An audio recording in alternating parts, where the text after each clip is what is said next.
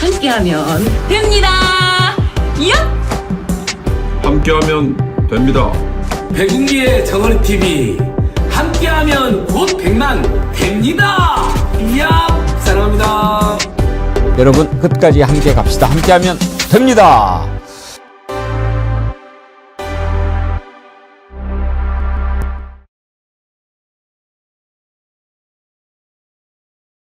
여러분 안녕하십니까, 백운기입니다. 국힘당의 말로는 어떻게 될까요? 윤석열 내란 당시 추경호를 비롯해서 지도부가 작당한 것이 드러나고 있어서 위헌정당으로 해산되는 것이 마땅하겠지만 제가 보기에는 그 전에 스스로 자멸할 것 같습니다.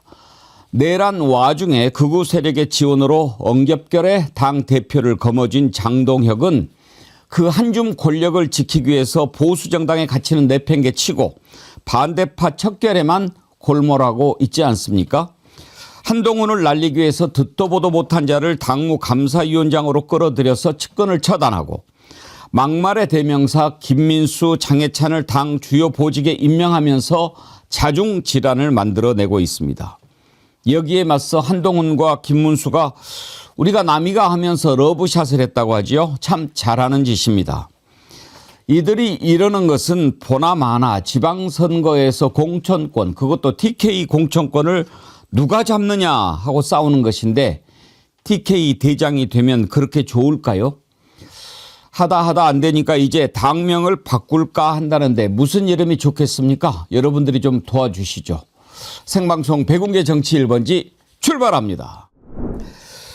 여러분들이 기다리셨던 방어회를 제철 자연산태 방어회 방출합니다. 정어리몰이 드디어 준비했습니다. 사실 방어회 여러분들이 기다리셔서 그동안 좀 준비를 했는데 요즘에 구하기가 좀 귀했어요. 그런데 드디어 제주 남해에서 이제 잡혔다는 소식이 들려가지고 산지 직송으로 보내드립니다.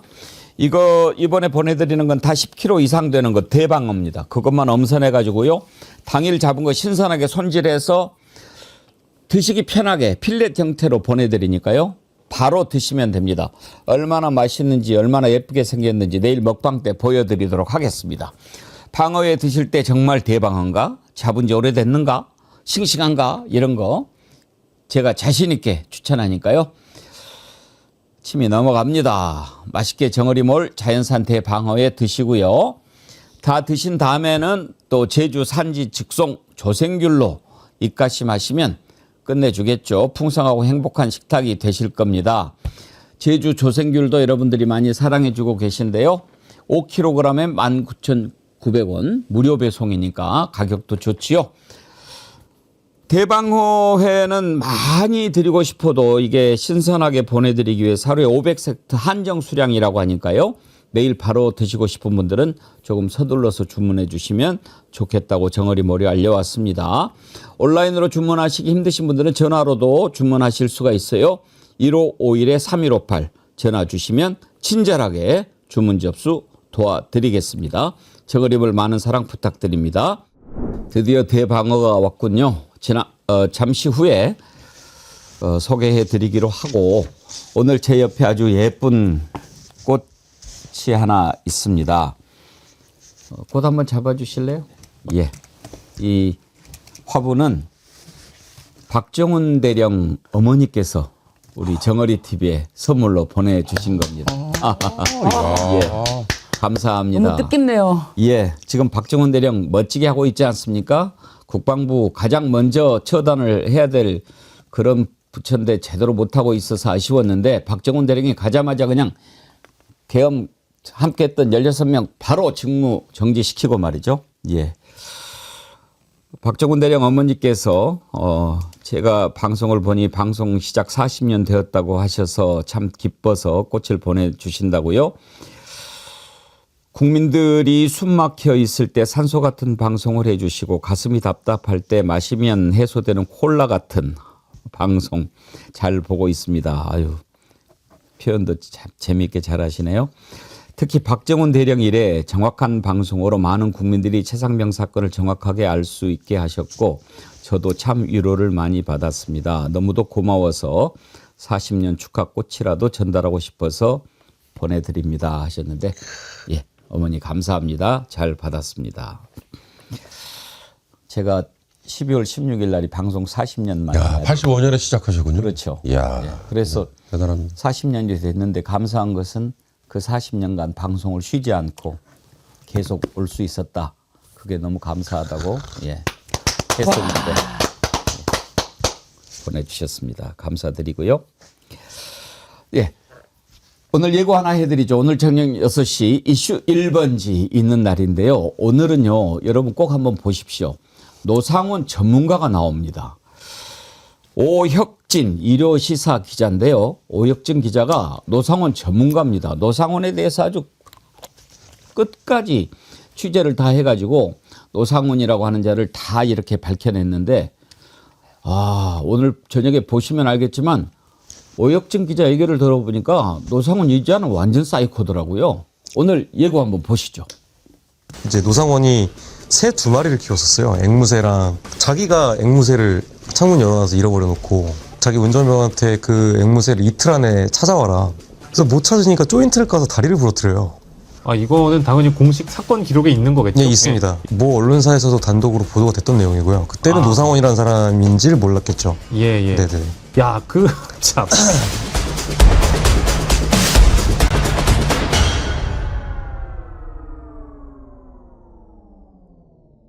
예. 오늘 저녁 6시 정말 기대가 됩니다. 저도 노상원 참 궁금하거든요. 어떤 자일까? 어떻게 하다가 육사 수석까지 했던 자가, 그리고 장군 별까지 달았던 자가, 물러날 때는 성폭력으로 해서 징계를 받고 물러났지요. 그랬는데 또 점쟁이가 돼요. 그래서 뭐 점쟁이 짓을 하다가 김용현과 또 계속 관계를 이어가고, 그걸 미끼로 뇌물 받고 뭐 진급 청탁하고, 결국은 이제 내란의 주요 가담자가 됐는데, 그 하는 거 보면은 뭐 말도 안 되는, 우리가 말이 안 된다고 생각하는데 사이코패스는 충분히 할 수 있는 뭐 수장, 폭파. 근데 그게 설마 했는데, 그 증언 제가 여러 번 소개해 드렸잖아요. 방첩사에서 여인영이 그 전에 정보사에 이자가 있을 때, 방첩사인가 정보사겠죠. 노상원이 있을 때니까. 대북 공작 임무를 마치고 돌아온 대원 어떻게 할까요? 라고 간부가 물어보니까 폭사시켜라. 폭사? 어떻게? 그 원격 조정하는 폭탄 조끼를 입혀가지고 폭파시켜. 이런 얘기를 했다는 거 아닙니까? 참. 지금요, 이 재판 이제 진행이 되고 있는데, 보나마나 이제 윤석열은 지금 뭐 법정에서 말도 안 되는 주장을 하지만 나중에는 그렇게 얘기할 겁니다. 저는 충분히 예상합니다. 아무도 안 죽었지 않냐. 그런데 뭐 사형 이거 너무 가혹하지 않냐. 이렇게 분명히 논리를 들고 나올 텐데요. 여러분, 국민이 막아서 다행히 내란을 막아냈지만 성공했다면 어떻게 될 뻔했습니까? 상상할 수 없는 그런 일들을 저질렀을 자들 아닙니까? 김용현, 노상원, 이 자들 눈깔 보면 알 수 있지 않습니까? 정말 무시무시한 일들을 꼭 피를 흘리고 그래야 됩니까? 그것을 직접 실행했던 자가 바로 윤석열, 김용현, 노상원입니다.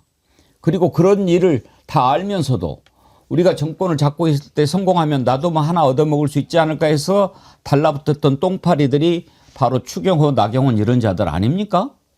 그 자들이 몰랐겠습니까? 예. 오늘 세 분 패널과 함께 하겠습니다. 윤경호 퓨처미디어 연구소장 어서 오십시오. 안녕하세요. 반갑습니다. 신유진 변호사님 반갑습니다. 네, 안녕하세요. 네. 신유진 변호사님을 옆에서 조용히 눌러주실 조연산 변호사. 누르진 않습니다. 안녕하세요. 조연사입니다. 우리 신유진 변호사님 아주 텐션이 좋아요. 예. 두 분이 같이 방송해 보셨나요? 처음입니다. 네, 그래요? 긴장 바짝하고 오늘 더 예리하고 날카롭게 파고들도록 하겠습니다. 네. 예.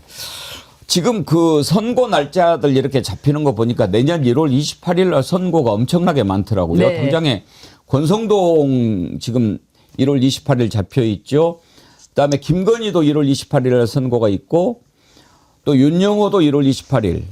한덕수는 지금 1월 21일이라고 하지만 1월 28일 가능성도 있잖아요. 근데 1월 28일이 보니까 목요일인가? 수요일인가? 내년도 1월 28일이. 수요일. 이날 원래 수요일이 원래 그 재판이 많이 있는 날입니까?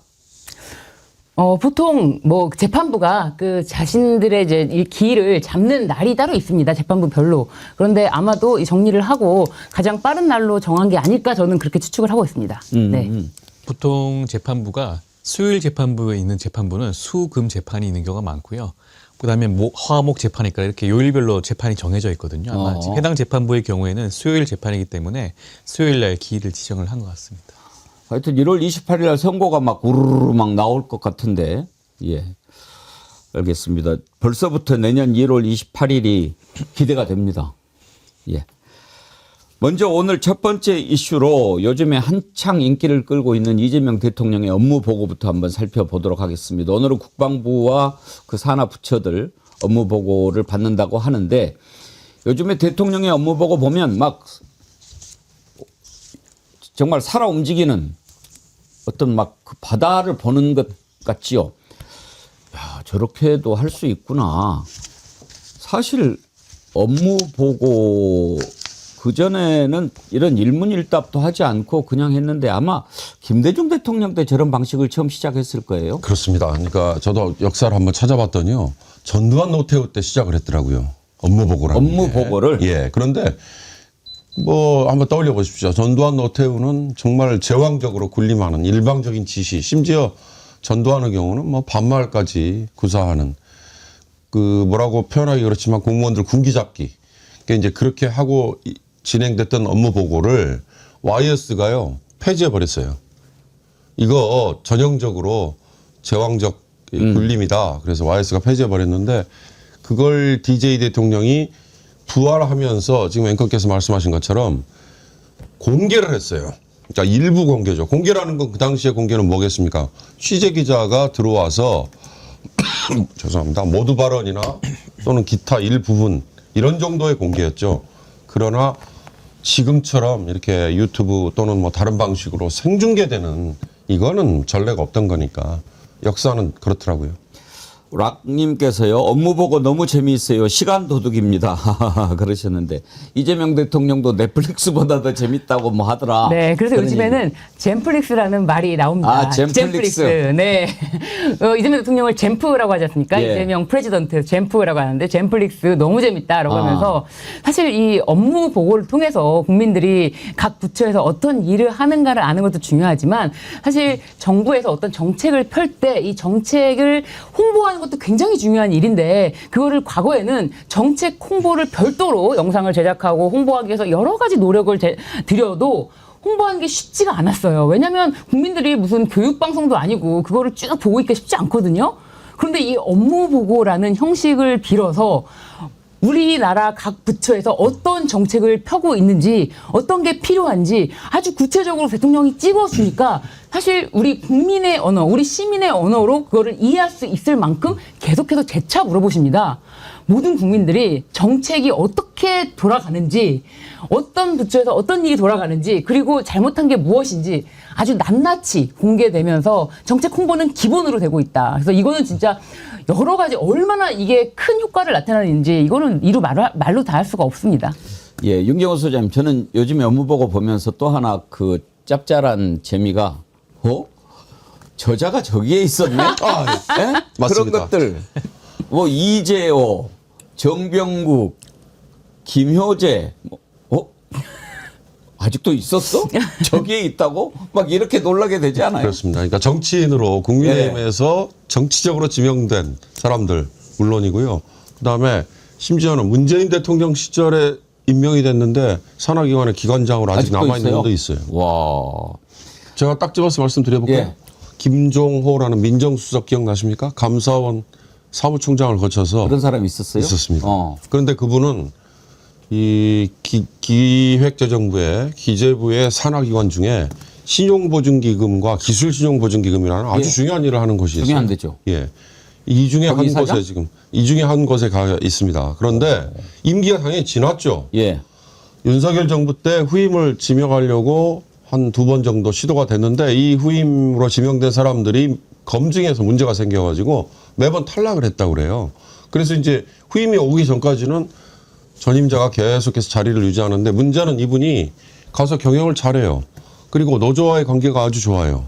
그러니까 계속 유지하고 있는데 어찌됐든 후임자가 오지 않았기 때문에 문재인 정부 때 지명된 분이 지금까지도 아직까지 공공기관의 이사장, 공공기관의 좌왕을 지금 하는 분도 있어요. 이런 거를 이번 업무보고에 확인할 수 있는 거. 또 하나, 아, 저런 기관이 다 있구나. 그래요. 이것도 있죠.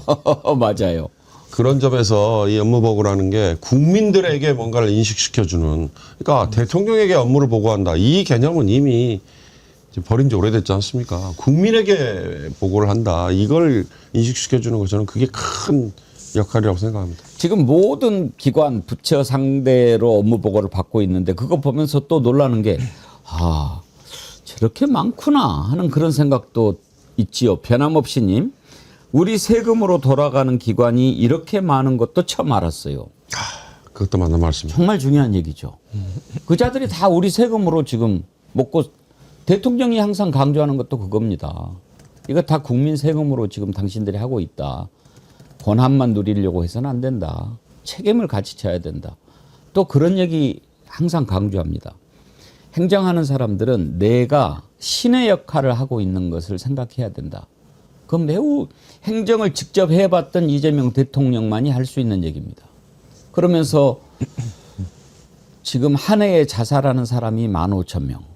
그리고 또 산재로 죽어가는 사람이 또 얼마나 되고 이러는데 행정기관에 집행하는 공무원들이 집행을 잘하느냐 못하느냐에 따라서 죽을 사람이 살 수도 있는 것이다. 그러니 신의 역할인 것이다. 그런 책임을 갖고 일을 해야 된다. 이걸 항상 강조를 하지요. 참 그런 의미에서 지금 업무보고를 통해서 국민들이 저 기관이 무슨 일을 하고 있고 저 기관을 이끌어가는 리더는 얼마나 제대로 알고 있고 어떤 의지를 갖고 있고 이런 거를 보는 거죠.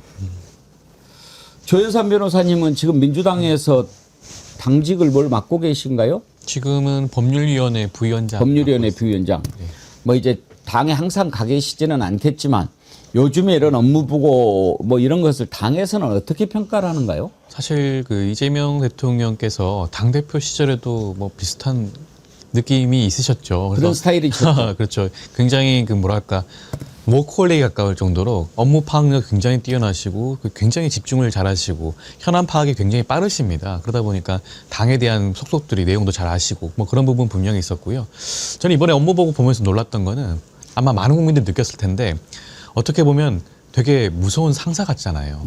아니 그 어떻게 보면 담당 부처 장관들이라든가 기관장 입장에서 굉장히 무서운 대통령일 수밖에 없을 것 같습니다. 자기들보다 더 많은 내용들을 알고 있고 숙지가 잘 돼 있고 현안 파악 잘 하고 있고 앞으로 어떻게 나아가야 되는지 방향성조차도 알고 있는 그런 대통령이다 보니까 아마 많은 두려움을 느끼고 있을 것 같은데 저는 근데 이것은 이재명 대통령이 아니면 하지 못할 결단이 아닌가 싶어요.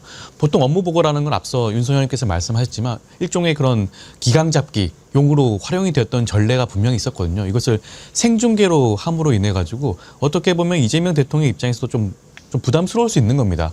어떻게 보면 말실수도 할 수가 있는 것이고요. 기관장 중에 일부와 이런 언쟁이 발생할 수도 있는 것이고요. 현안 파악이 좀 미흡한 부분도 있을 수 있는 것이고요. 그럼에도 불구하고 이것을 다 공개했다는 것은 그만큼 자신감도 있지만 어떻게 보면 스스로의 그런 권력과 권한을 내려놓겠다. 국민들이 모든 것을 파악할 수 있게 하겠다라는 측면에서는 정말 엄청난 결단이 아닌가 싶습니다. 그래요. 사실 자기가 자신이 없고 잘 모르면 물어볼 수도 없어요. 아는 만큼 물어보고 그러는 거 아니겠어요? 그런 거 보면서 그리고 저도 이재명 대통령 볼 때마다 어쩌면 저렇게 정리가 잘 돼 있을까? 그리고 어쩌면 저렇게 말을 잘할까? 참 그 놀랄 때가 많아요. 저는 그러니까 정말 잘하고 있더라고요. 그리고 디테일도 강하고. 그런데 또 디테일만 보고 또 랄지를 떠는 데가 있어요. 조선일보 같은데. 그러니까 대통령이 너무 디테일에 집착한다. 너 제대로 봐보세요. 큰 거를 보고 이야기를 하는데 디테일도 놓치지 않는 거죠. 예를 들면 그런 표현들 저는 참 공감이 갔는데 요즘에 잘 못 쓰는 표현들이 많다. 그거 참 듣기 싫다. 그러면서 가장 듣기 싫은 게 이제 저희 나라라고 하는 거 이런 거 지적했지 않습니까? 그건 정말 고쳐야 돼요. 그런데 대통령이 한마디 하면 일반 사람들이 방송에서 100마디 하는 것보다 낫죠. 저는 사실 제가 제일 듣기 싫은 소리 가운데 하나가 커피숍 같은 데 갔을 때 5,000원이세요. 주체가 없죠, 주체. 5,000원이세요가 어떻게 5,000원이세요? 뜨거운 아메리카노 나오셨어요. 뭐 이런 건 참 고쳐야죠. 그리고 이제 한자 얘기로도 이어지던데 염두에 두다. 그걸 이제 대통령은 염두해 두다라고 쓰는 것이 참 곤란하다. 그런데 그렇게 쓰는 사람보다도 제일 요즘에 방송 기자들 제가 리포트 보면서 좀 데스크 안 보는데 염두하다 이렇게 많이 써요. 그걸 염두하고 이랬다. 염두가 뭡니까? 생각의 머리라는 거잖아요. 그걸 염두에 두었다라고 해야 되는데 염두하다 이렇게 또 많이 써요.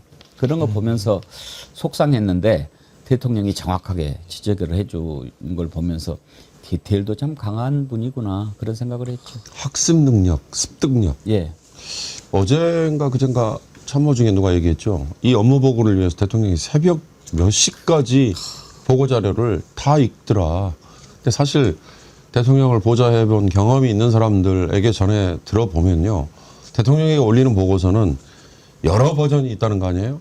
한 페이지짜리 또는 2페이지짜리 또는 5페이지짜리 그리고 풀 버전 이런 건데 이걸 언제 다 읽습니까? 그리고 기관 업무 보고 대상이 어느 부처 하나면 뭐 가능한 얘기예요. 근데 주제별로 엮다 보니까 밑에 있는 산하기관들 그다음에 그 산하기관에 어떤 현안이 있는지 이런 것들을 다 어느 지적할 때 보면 뭐 230 몇 쪽에 있는 230 몇 페이지에 있는 어느 대목 이렇게까지 나오잖아요. 그러니까 이 학습 능력 내지는 이 이해하는 능력 그것도 참 대단한 것 같다는 생각이 듭니다. 그렇죠.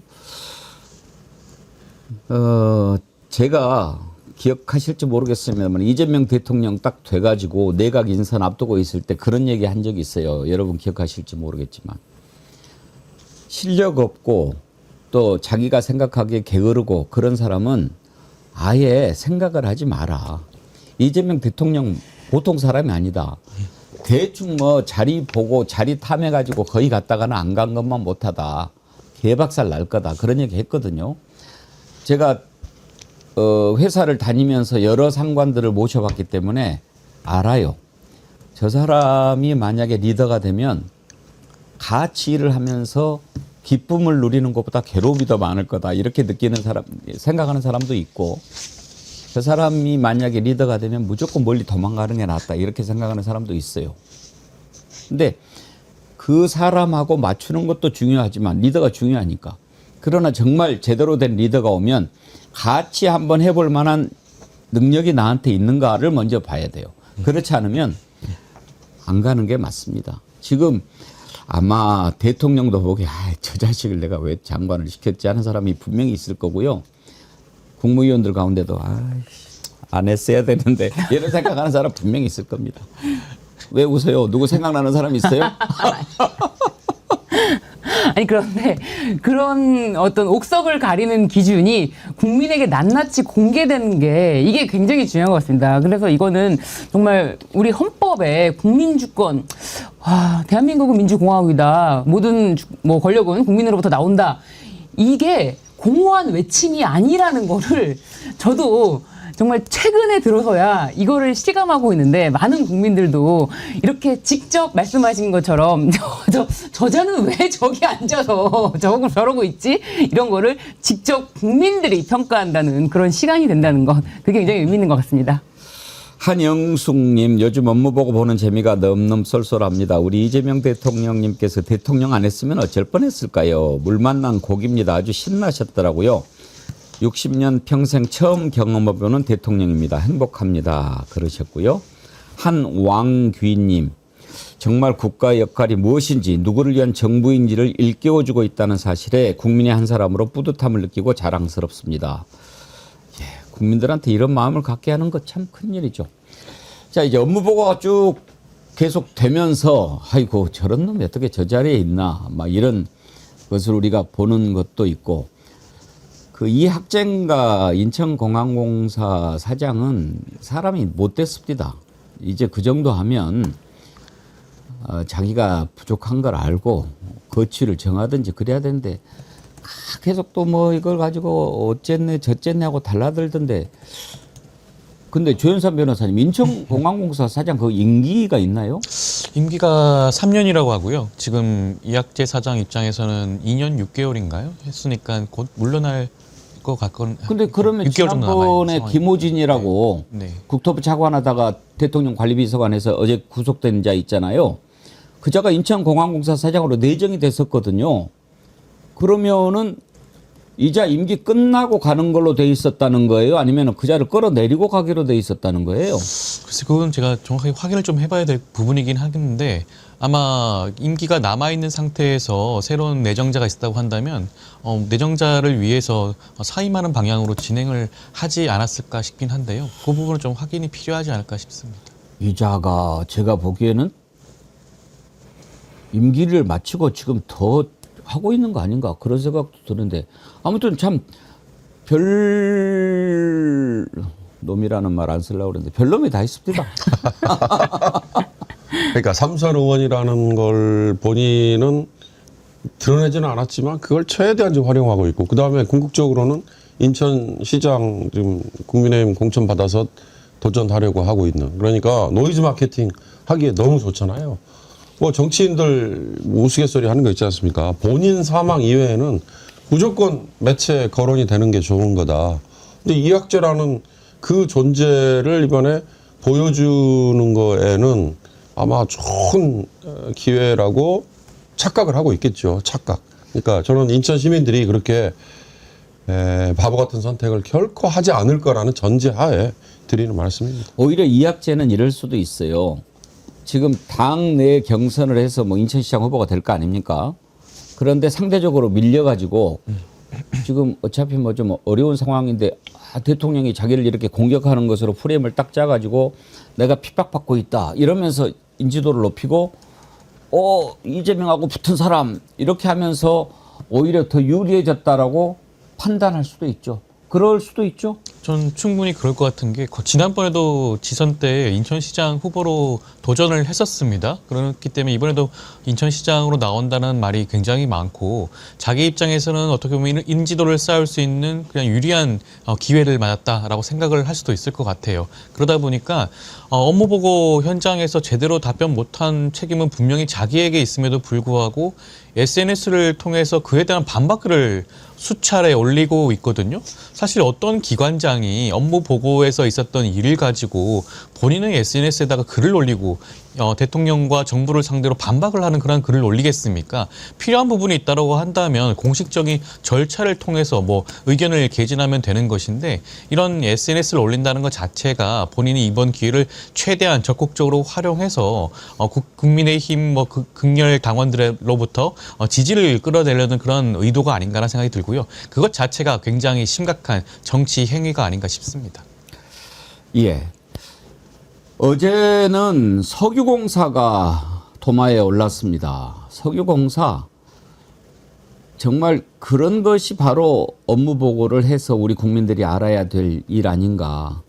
대왕골에 말도 안 되는 것을 윤석열이 해가지고 거기에 5천억인가 갖다 박았잖아요. 참 어떻게 그런 일들을 저지를 수 있을까요? 그래서 대통령이 물어봤어요. 거긴 도대체 어떻게 지금 그 운영이 되는 거냐. 한번 보시죠. 난다고 치고 계산을 했을 때 배럴당 생산 원가가 얼마쯤 될 걸로 추산됐습니까? 물론 생산 매장량에 따라 좀 다를 수는 있겠죠. 네, 그렇습니다. 근데 그래도 계산해봤을 것 같아요. 네, 계산도 해봤고 정확한 지금 수치는 안 갖고 있는데 개발하려고 했던 무슨 거북등인가 무슨 상어등인가 뭐 있었잖아요. 그 뭐였죠? 네, 대왕고래. 대왕고래. 고래 그 지역에 추산을 해봤을 텐데 제가 보기엔 별로 재산성이 없어요. 다른 국제 유가에 비교하면. 그죠? 예, 그렇게는 안 들어갈 겁니다. 그러니까 그때 당시 추산해 봤냐고 내가 묻잖아요. 아, 근데 그런 계산은 안 해봤어요? 예. 그런 걸 계산 당연히 했을 것 같아서 물어보는 거예요. 예, 근데 변수가 많아서 그런 거 계산이 기억이 의미가 크게 없을 것 같습니다. 그 계산 안 해봤다는 얘기예요? 예, 제가 변수가 많으면 안 해야 되는 거 아니에요? 그리고 변수가 많아가지고 될지 안 될지, 사업성이 있는지 없는지, 개발 가치가 있는지 없는지도 모르는 걸 가지고 수천억을 투입할 생각이었어요? 자, 지금 답변하고 있는 사람은 부사장이에요. 사장 대행인데 사장이 김동섭이라고 4년 6개월을 했더라고요. 그리고 11월 24일 날 떠나서 지금은 직무 대행 체제인데 사실은 이 사장이 있을 때 대왕고래 한 거 아니에요? 근데 윤경호 소장님, 지금 대통령 질문에 대해서 정확하게 답변을 제가 보기에는 못하는, 무식해서 못한다기보담도 할 말이 없는 것 같이 느껴요. 그렇죠. 그러니까 저게 석유공사가 판단해서 추진한 사안이냐 아니면 그렇죠. 대통령실의 일방적인 지시 또는 보이지 않는 어떤 세력의 음모 내지는 그 꿍꿍이로 추진됐던 거냐. 왜냐하면요. 기억하실 겁니다. 액트지오라는 업체였잖아요. 탐사를 맡았던 미국의 어느 업체라는 것이. 근데 우리 기자들이 그 업체 주소지를 찾아보고 취재를 했더니 개인주택으로 떴던, 그리고 그 전에 그 전전에 실적 이런 걸로 봐서 너무나 엉망인. 그런데 어떻게 그런 업체가 선정이 됐느냐. 그러니까 이제 이런 것들이 국회 국정조사나 또는 다른 방식의 국정감사나 뭐 이런 걸로 파헤쳐졌어야 되는 건데 전임 사장 김동섭은 이미 작년 11월에 물러나 버린 상태이지 않습니까? 야, 근데 김동섭 일라지를 찾아봤더니 3년 임기구만요, 여기가. 가지고 작년 7월에 임기가 끝났는데. 끝났습니다. 윤석열이 대왕고래 프로젝트를 추진하면서 임기를 1년 연장시켜줬네. 그래가지고 1년 더 해먹고 그다음에 윤석열 탄핵되고 그러니까 물러났네요. 그 석유공사, 가스공사, 그다음에 자원 관련된 공사 이런 것들이 MB 때 이미 해외 투자 뭐 이런 걸로 거덜이 날 대로 거덜이 나 있잖아요. 그래서 적자 투성이고요. 그래서 문재인 정부 때 들어서 전문가들을, 그쪽 분야의 전문가들을 사장으로 앉혀서 뭔가 다른 모색을 해보려고 하는 그 노력의 일환이었을 겁니다. 아마 김동섭이라는 그 전임 사장은 이쪽 분야의 전문가로 영입이 됐던 사례였던 건 분명해요. 그런데 이제 임기 지나고 말씀하신 것처럼 더 추가로 남아 있으면서 이 대왕고래 사업의 꼭두각시 노릇을 고스란히 했던 거죠. 대왕고래 이것은 특검 같은 것을 했어야 되는 거 아닌가요?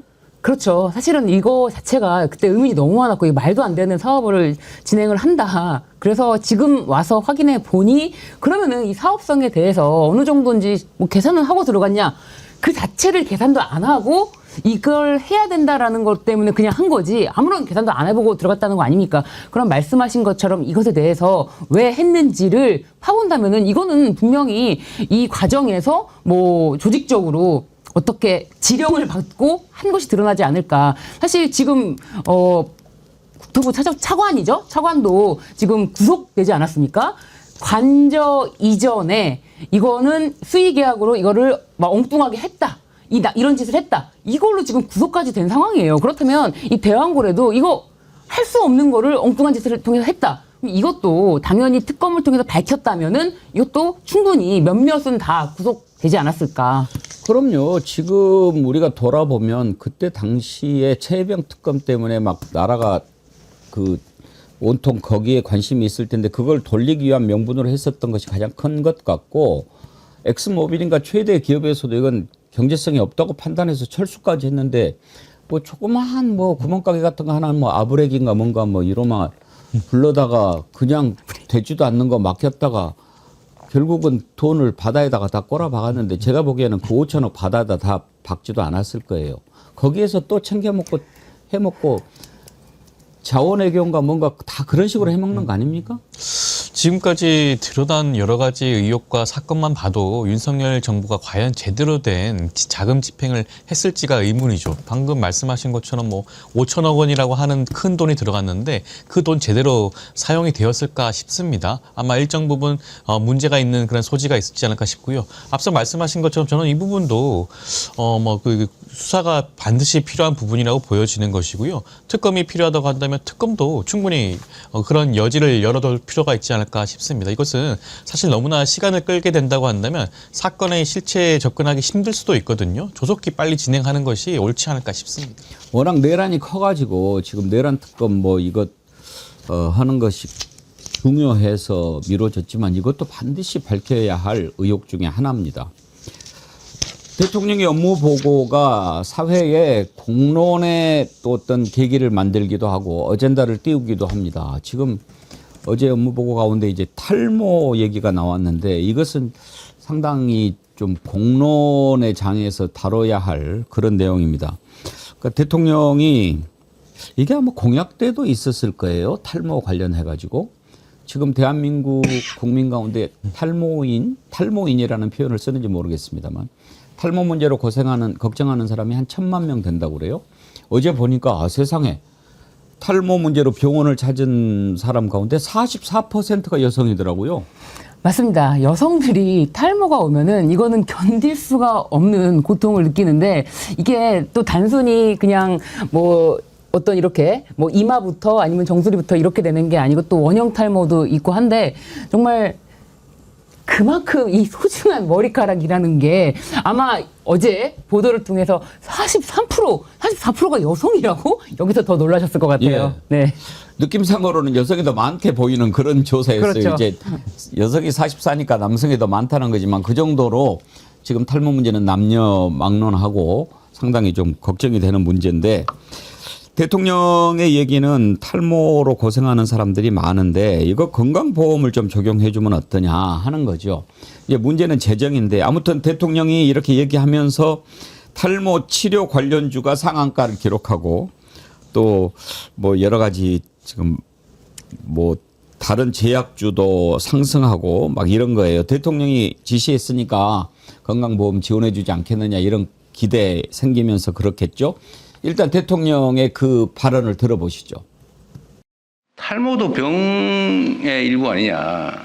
그래서 젊은이들이 많이 쓴다고 하더라고요. 옛날에는 이걸 미용이라고 봤는데 요새는 생존의 문제로 받아들이는 것 같은데요. 네, 그런 경향이 있습니다. 비용이 얼마나 드는지 그러다 뭐 무한대로 해주는 게 만약에 재정적으로 너무 부담이 된다면 횟수 제한을 하든지 총액 제한을 하든지 이걸 의료보험용으로 지정을 하면 약가가 내려간다면서요. 아무래도 이제 급여로 관리하게 되면은 비용 통제가 비급여보다는 할 수는 있는 뭐 그런 거 상황입니다. 포함해서 한번 검토 한번 해주세요. 네. 예, 상당히 좀 중요한 문제를 던진 건데 조윤사 변호사님은 탈모 걱정 없으시죠?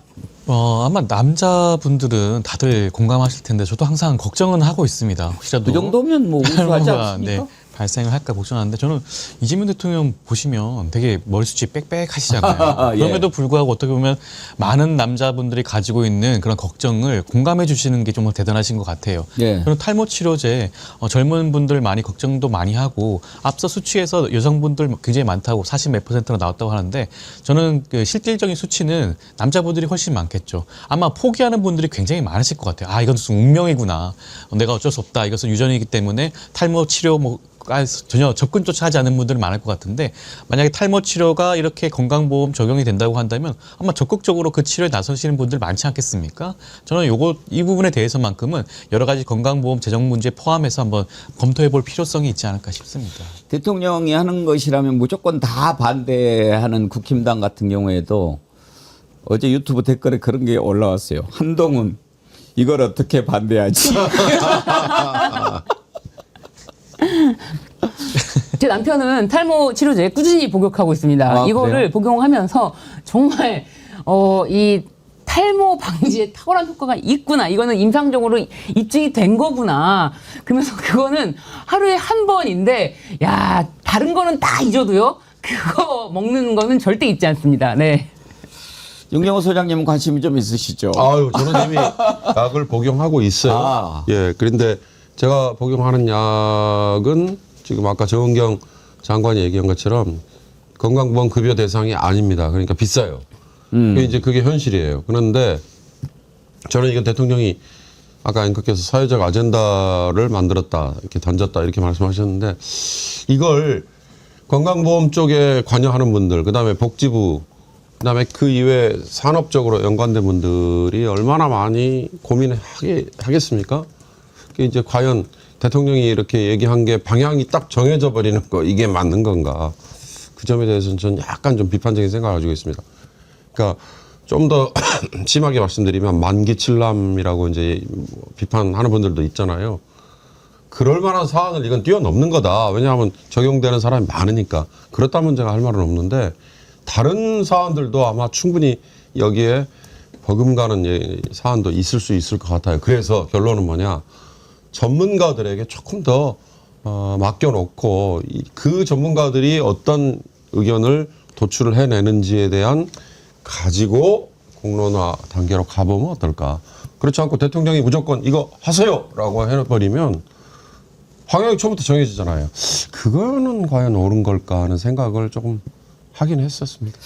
예, 아무튼 뭐 재정이 부담이 되는 부분이죠. 그렇지만 정말 국민의 1,000만 명이다. 그러면은 5분의 1 아닙니까?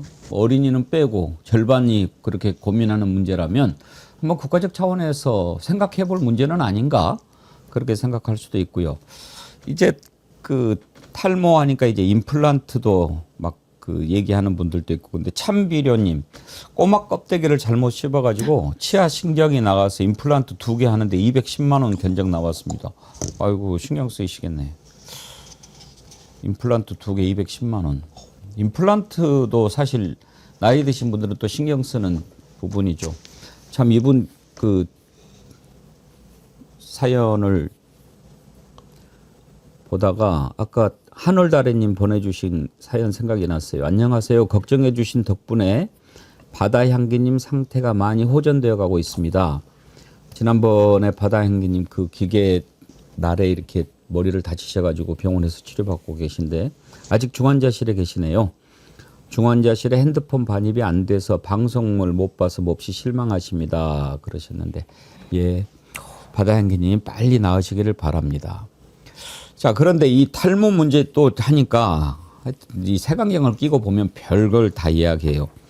이것도 정원호 성동구청장 도와주는 거다, 이런 지적을 또 해요. 보니까 성동구는 현재 만 39살 이하 구민들에게 경구용, 그러니까 입으로 먹는 거, 이것에 한해서 1인당 구매 금액의 50%를 연간 20만 원 한도 안에서 지원을 하고 있답니다.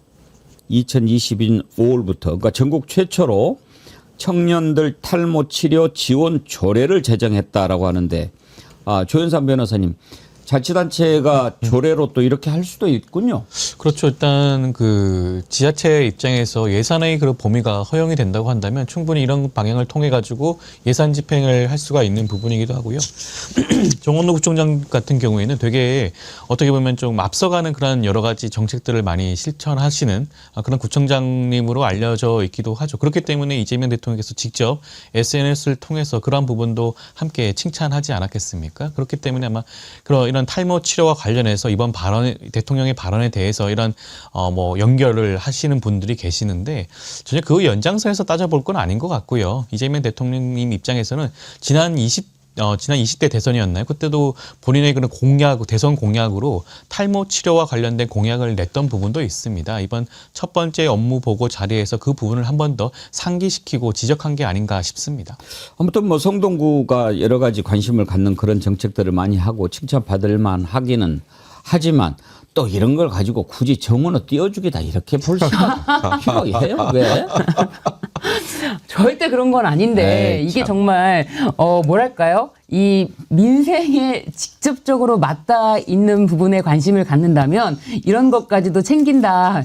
이런 점은 맞닿아 있는 부분이지 이걸 띄워주기라고 볼 수는 없습니다. 왜냐하면 먼저 이재명 대통령이 공약을 냈거든요. 네, 그 후에 또 정원호 구청장께서도 이것에 대해서 조례까지 만들어서 실제로 만 39세 이하 청년에게 지원하는 연 한도 20만 원까지 이렇게 제한을 두면은 뭐 이렇게 성동구 어떤 작은 지방자치단체에서도 이걸 지원이 가능하구나 이런 걸 또 사실은 새삼 알게 됐습니다. 네. 예. 잘하는 건 잘한다고 해줍시다. 네. 예.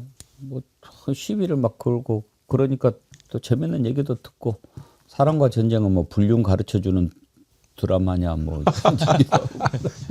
정원호 얘기하니까요. 요즘에 그 버스 정류장에 예. 엉덩이 따뜻하게 앉을 수 있는 의자. 대기. 예. 예. 그 전기 장치로 이제 물론 하는 건데 그 아이디어가 최초 발안자가 정원호입니다. 허허. 그러니까 정말 일 잘하는 구청장으로 여러 가지 칭찬을 받는 건데 사실 뭐 그렇다고 정원호 밀어주기 그거는 제가 봐도 좀 무리한 얘기인 것 같습니다. 처음에 정원호 잘하더라. 뭐 나는 명함도 못 내밀겠더라. 이재명 대통령이 그렇게 칭찬한 것 분명히 정원호 구청장한테 힘을 주는 발언이지요. 그렇지만 하는 것마다 이거 정원호 띄워주기다 이렇게 보는 것은 조금 지나치지 않습니까? 그런 짓을 잘하는 게 국힘이죠. 국힘당은 거기는 눈이 정말 좀 어떻게 잘못돼 있나 봐요. 그 여기만 이렇게 보게끔 돼 있는가 아니면 색안경에 쓰고 있는가.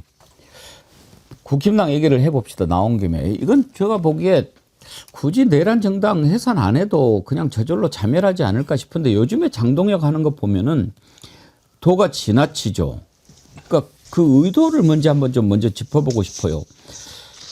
지금 일단 장동혁은 방향을 정한 것 같아요.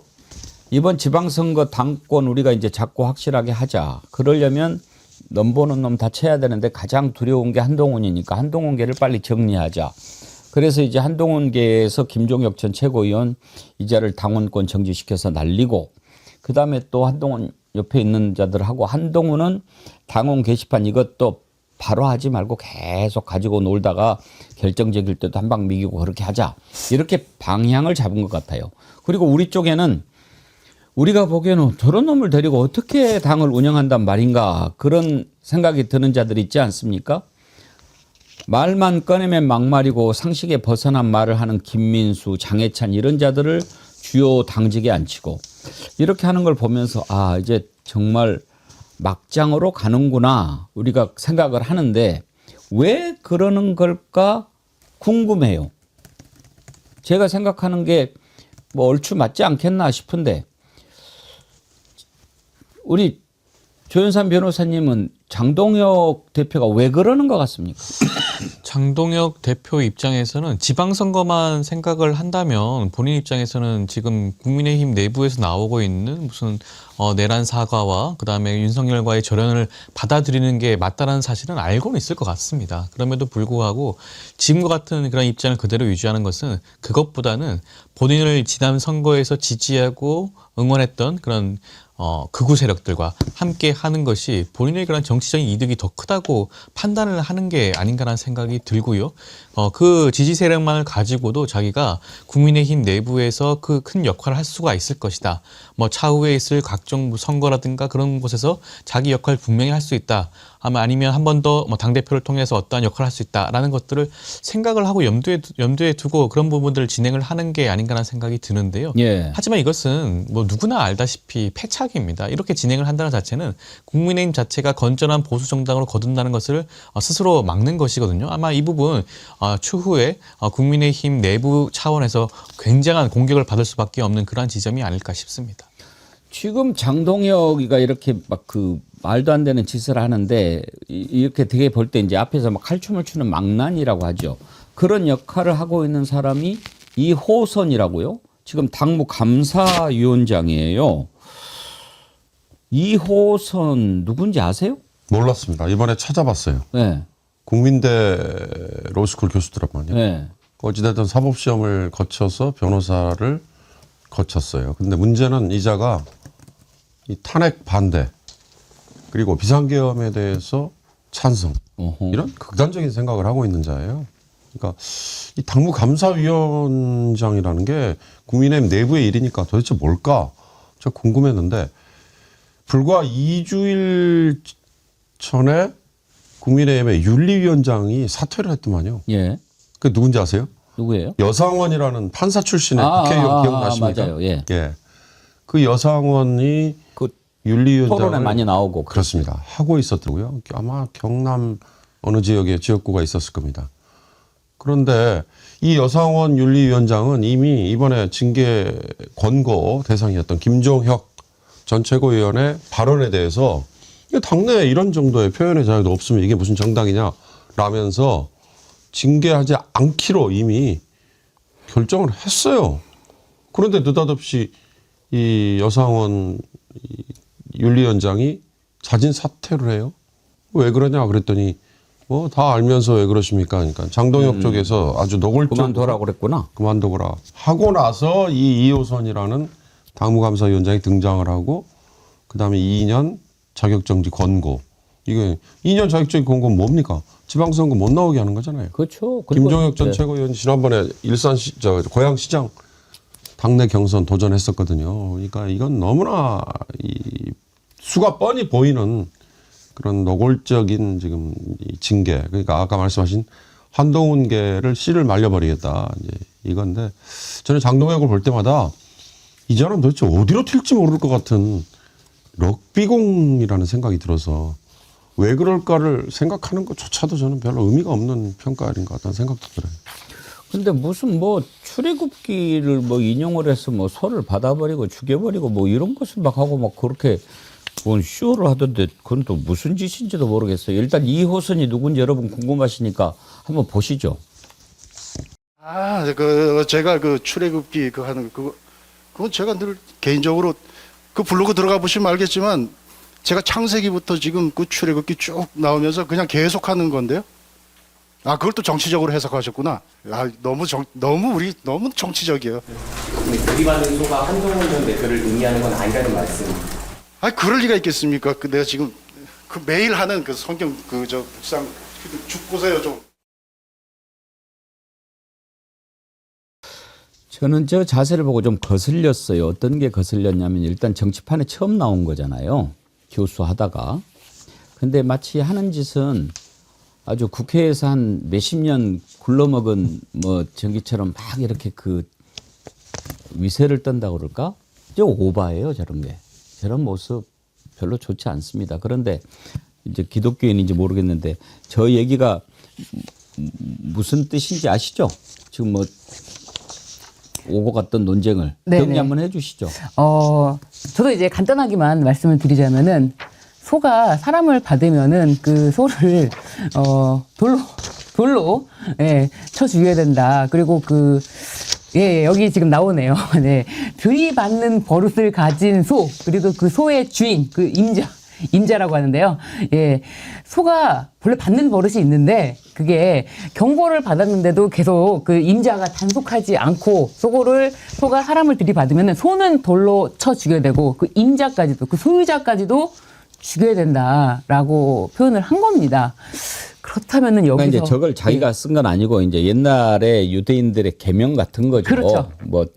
뭐 한 자는 돌로 쳐서 죽여라 뭐 이런 이제 그 규례를 이제 신이 이렇게 준 건데 여기에 보면은 이제 소를 만약에 소가 뭐 받고 막 그러면은 소를 돌로 쳐 죽이고 임자도 죽여라 뭐 이렇게 나왔다 이걸 올렸는데 그걸 당연히 지금 이 상황에서 그러면은 한동훈이 쳐 죽이라는 얘기냐라고 물어볼 건데 막 이렇게 막 하는데 그 태도 자체가 저는 불손하고 오바다 이거죠.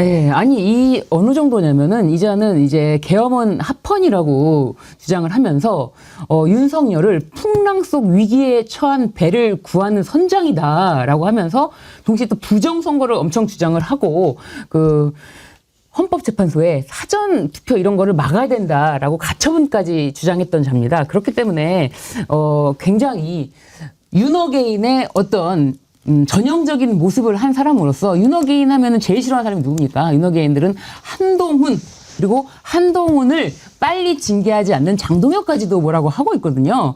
그렇기 때문에 2호선은 그런 막중한 업무를 띄고 이제 당에 들어와서 일을 하게 된 거죠.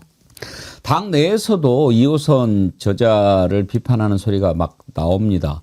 대구의 권영진 의원이 어제 YTN에 나와서 뭐 듣도 보도 못한 사람이 나와가지고 이렇게 당을 어지럽힌다고 막 뭐라고 하던데 한번 들어보시죠. 그리고 저분이 나는 누군지 모르겠어. 어디서 뭘 하시던 분인지 모르겠는데 말하는 것도 거칠고 품격도 없어요. 저런 식으로 가면은 이거 다 우리 당원들이 단합하고 우리 국민들이 우리 당을 보는 모습을 좋게 만들자고 감사도 하고 잘못된 거 징계도 하는 거 아니에요. 저 모습을 보면서 국민들이 우리 당을 좋게 보겠냐고, 우리 당에 조금씩 다가오겠냐고. 오던 사람들은 저 멀리 떠나죠. 저 당무감사위원장 저분은요, 빨리 집으로 보내야 돼요. 그리고 저는 뭐 친한계다 누구를 거들 일도 없어요. 난 친한계도 아니고 내가 한동훈 대표에 대해서 잘못했을 때 누구보다 앞장서서 비판했던 사람인데. 권영진 의원도 가끔 저렇게 얘기를 할 때가 있더라고요. 네. 이학재 인천공사 사장한테도 따끔하게 얘기를 하더라고요. 네. 네. 그러니까 요즘에 조금 맑아졌나 뭐. 어른이 키 크는 거 보셨어요? 아마 선거가 임박해 오다 보니까 동물적인 감각으로 그렇게 느끼는 게 아닐까요? 지금 국민의힘이 다음 지선에서 참패할 것이 뻔해 보이다 보니까 아마 그런 부분 지적을 하는 게 아닌가 싶기도 합니다. 그러니까 제가 이해가 안 간다 이 말이에요. 저렇게 TK에서 잘 해먹던 사람들까지도 이대로 가면은 안 된다라고 걱정을 하는 판국인데 장동혁은 왜, 무엇 때문에, 뭘 믿고 당을 저렇게 극우의 한쪽 끝으로만 몰고 가는 것일까? 아무리 생각해도 제 산수로는 이해가 안 되니까. 기득권을 쥐었다. 뭐냐, 거대 정당의 자산과 인력과 돈, 이게 어마어마하잖아요. 지금 양당, 국민의힘과 민주당은 주류, 비주류 개념이 이미 사라져버렸잖아요. 비주류들이 뭐 싫으면 뛰쳐나가 이러는데 못 나가잖아요. 왜? 그냥 거친 허벌판에서 아무 재정적인 이 바탕 없이 맨 땅에 그냥 박치기를 해야 되는 그런 상황. 반면에 정당의 이 주권을 주류로서 자리를 차지하면 그들이 차지하는 뭐 재정적인 또는 사람을 쓸 수 있는 여지가 어마어마하게 커지고 있는 거. 그게 지금 장동혁과 그 일부 세력들이 향유하고 있는 거 아닌가. 장동혁을 아무리 비판해도 아마 국민의힘에서 뛰쳐나가는 세력은 쉽게 나오지 않을 거예요.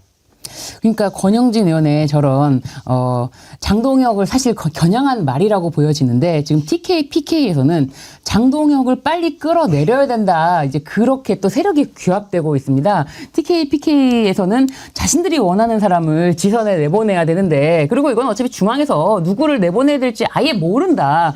우리의 어떻게 보면은 견고한 TK, PK의 지역 중심의 세력이 있다.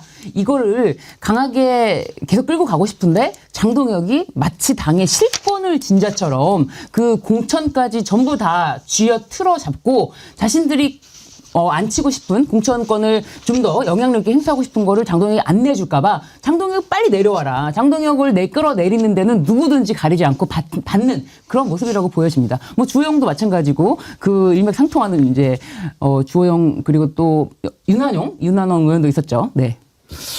이래도 안 되고 저래도 안 되니까 이제 이름을 바꿔볼까 한다고 그러는데 참 여러분들 어제 여러 가지 이름들 주셨죠. 내란 잔당으로 해라 뭐 이렇게 하시는 분들도 계셨고 장동혁 이름을 근데요 제가 보기에 이름 못 바꿀걸요. 장동혁이 그렇게 이름 바꿀 만한 힘이 있지를 않아요. 그 당원들 전체 의견을 물어야 된다고 그러는데 일단 장동혁 얘기를 들어보시죠. 새롭게 태어나기 위해서 방향을 재정립하고 보수의 가치를 재정립하는 작업이 필요한데 그에 수반돼서 당명 개정이 필요하다면 당명 개정도 함께 검토할 수는 있다고 생각합니다. 전 당원의 총의를 모아서 결정할 문제라고 생각합니다. 뭐 이름 바꾼다고 뭐가 되겠습니까만은 하여튼 뭐 좀 보면 나 이름 바꾸는 거 그렇게 좀 안 좋아해요. 그 내용이 중요하지.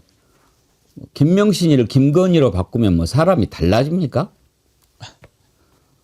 근데 저 인터뷰하는 모습을 보니까 정말 진정성이 없어 보인다. 국민의 뭐 당원의 총의를 모아서 바꾸겠다고 하는데 정말 바꾸라고 한다면 예 그런 것도 검토해 보겠습니다. 정말 무슨 저는 로봇가 인터뷰하는 줄 알았어요. 그러니까 이것에 대한 진정성이라는 거는 없고 모든 말씀을 듣겠습니다라고 하면서 그냥 스쳐 지나가는 듯한 그 로봇의 모습이 아닌가 그런 생각이 듭니다. 아무 생각이 없어 보여요. 예. 장동혁 성대모사도 한번 도전해 보시죠. 도전해보겠습니다. 다음 기회에 연습을 해서 한번 나와보도록 하겠습니다. 예. 당명을 바꾸는 것은 쉬운 일은 아니죠, 조현삼 변호사님. 일단 뭐 당명 자체를 바꾼다는 거가 네. 그 당원들 입장에서는 굉장히 민감한 문제일 수도 있고요. 물론 국민의힘 입장에서는 과거에도 수차례 당명을 변경한 바가 있죠. 하지만 대부분의 외국의 경우에는 뭐 미국의 경우에도 당명을 바꾸는 경우는 거의 없지 않습니까? 뭐 민주당, 공화당으로 쭉 유지가 되고 있는데 뭔가 어려운 부분이 있을 때마다 타겟책으로 이렇게 당명을 바꾼다는 것 자체가 사실 국민의 눈높이에 맞지도 않고요. 그리고 앞서 말씀하셨지만 장동혁 대표가 당명을 바꿀 정도의 리더십이 있는 현 상황이 아닙니다. 본인 아마 크게 착각을 하고 있는 걸 수도 있는데 본인이 당대표다 보니까 본인이 모든 것을 좌지우지 할 수 있는 것으로 착각하고 있는 게 아닌가라는 생각이 들 수밖에 없을 것 같고요.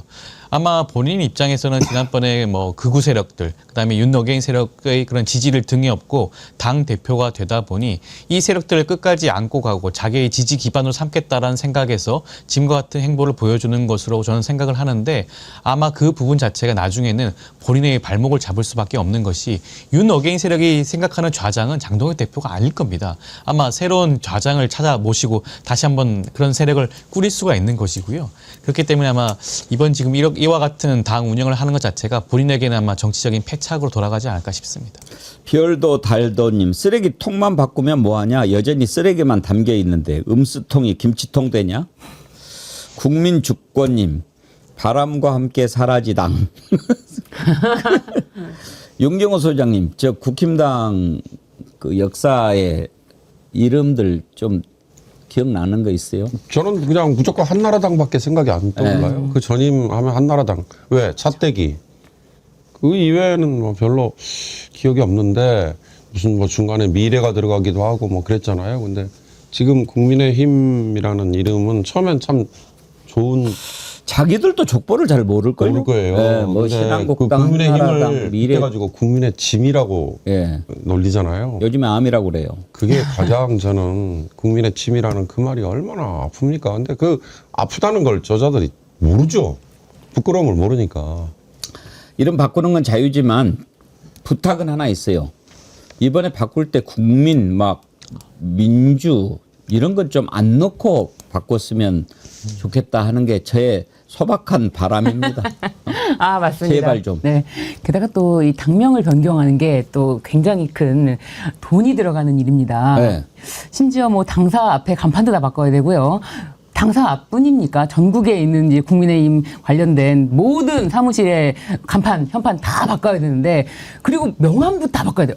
이거 굉장히 사업성이 큰 건데, 여기에 관심 있는 사람들은 또 이제, 그렇다면 장동혁한테 힘을 실어줘야 내가 이 사업 좀 같이 함께 할 수 있지 않을까?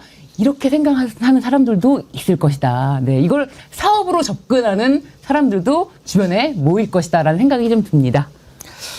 예, 끝으로 통일교 관련해 가지고 한번 좀 짚어보죠. 일단 권성동이 징역 4년 구형 받았는데 내년 1월 28일 날 이제 선고가 있지요. 어제도 뭐 자기는 돈에 환장한 사람이 아니다. 뭐 명예를 중요시했다라고 하던데 글쎄요. 그건 잘 모르겠고. 그런데 문제는 윤형호가 지금 증언이 왔다 갔다 하잖아요. 지난번에는 법정에서 권성동에 대해서도 확실하게 얘기를 안 했죠. 이러면 어떻게 됩니까? 지금까지 윤영호 전 본부장이 해왔던 진술이 있습니다. 이미 그 조서로 남아있는 부분도 있고요. 그 진술이 마지막에 결심에 이르러서야 변경된 번복된 그런 부분들이 있어서 아마 재판장 입장에서는 어떠한 그 진술이 더욱더 신빙할 수가 있는 건지를 아마 따져볼 것 같고요. 근데 윤영호 전 본부장이 진술만 가지고 지금 재판이 진행되는 건 아닙니다. 예. 권성동 의원에게 금품을 제공했다는 것으로 보여지는 각종 무슨 다이어리 기록이라든가 아니면 문자 메시지라든가 이러한 증거들, 물적 증거들과 함께 결합이 되었기 때문에 이 재판이 진행되는 것이고요. 아마 법원 입장에서도 그런 부분들 충분히 따져서 판단을 할 수가 있지 않을까 싶습니다. 징역 4년 구형은 어느 정도로 보십니까?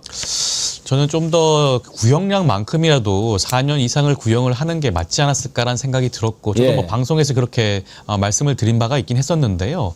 근데 현실적으로 봤을 때는 지금 권성동 의원의 그런 수뢰 금액이라든가 금액을 봤을 때는 현실적으로 4년 정도의 구형량은 다른 사건에서도 유사하게 나오는 구형량이기도 하고요. 실제 선고도 그와 유사하게 나오는 경우가 사례들이 있긴 있습니다. 아마 특검팀 입장에서는 그 전 사례를 참고해서 이와 같은 구형을 한 게 아닌가 싶습니다. 근데 오히려 저는 권성동이 통일교 관련해가지고 징역 4년 구형받고 막 이렇게 빠져나가면서 오히려 득보는 게 아닌가 그런 생각이 들어요. 내란에 이자도 가담했을 것 같은데 오히려 지금 한켠에 좀 빠져 있는 거 아닌가요?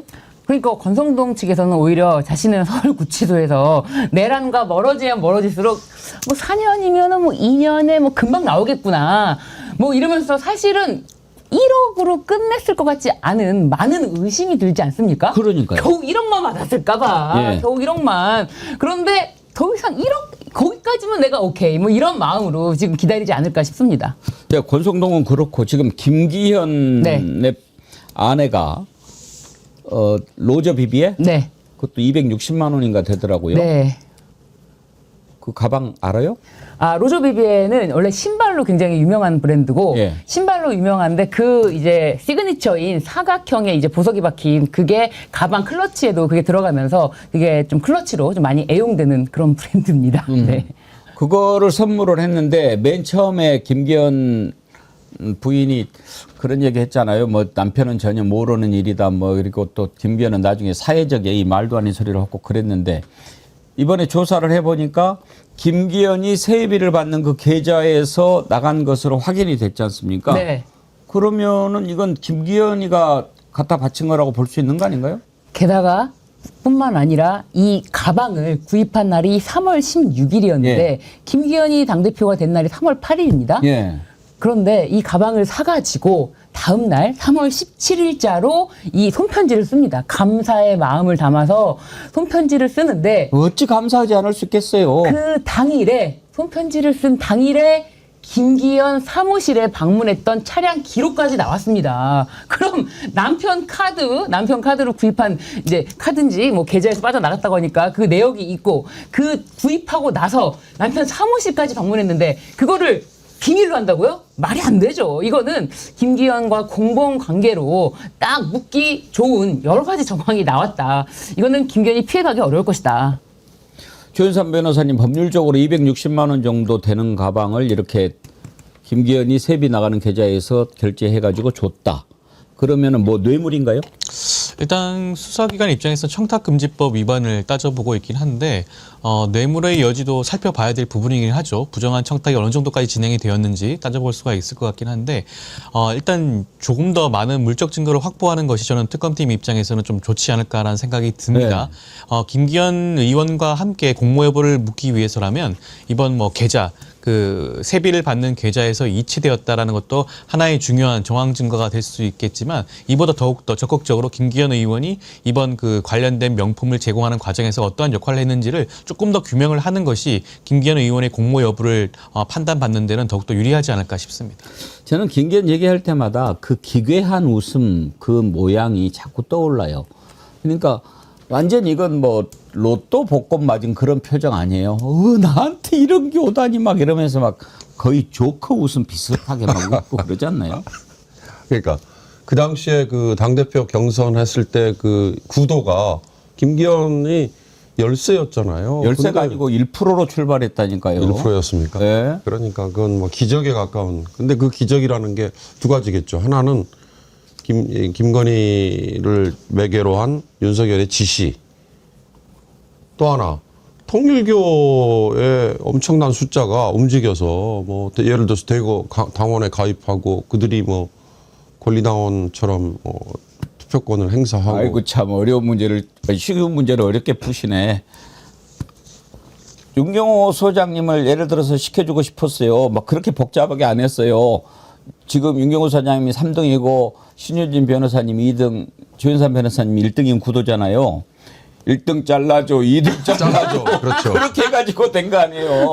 안철수, 나경원 다 이렇게 탁탁탁 해가지고. 맞습니다. 김기현 뭐 만들려고 어렵게 하지. 네. 그리고 윤석열 그렇게 어렵게 머리 쓰지도 않아요. 근데 또 그 기자들 사회 옛날 농담처럼 자조적으로 하는 얘기가 있는데 소액 매수 가능 이런 말이 있거든요. 이 267만 원 진짜 소액 매수로 끝났나? 이런 의문 전 여전히 지금 가지고 있습니다. 에이, 그 참. 그러니까 다 이렇게 드러나는데 그걸 또 자기는 그러면 또 충성을 해야 되는데 나중에 또 땀만 먹었다가 또 잘리고 막 그렇게 하잖아요. 윤석열이랑 김기현이랑 마지막 가는 길을 보면 어떻게 잘못됐게 시작한 것은 절대 좋은 결과를 맺을 수 없다는 거 다시 한번 우리가 알게 되지요. 자, 오늘 1부는 여기까지 하고요. 2부에서 민주당의 권칠승 의원님 만나볼 텐데요. 여러분 많이 기대해 주십시오. 자, 1부 함께해 주신 윤경호 퓨처미디어 연구소장님, 신유진 변호사님, 조윤선 변호사님 세 분 수고하셨습니다. 감사합니다. 감사합니다. 예.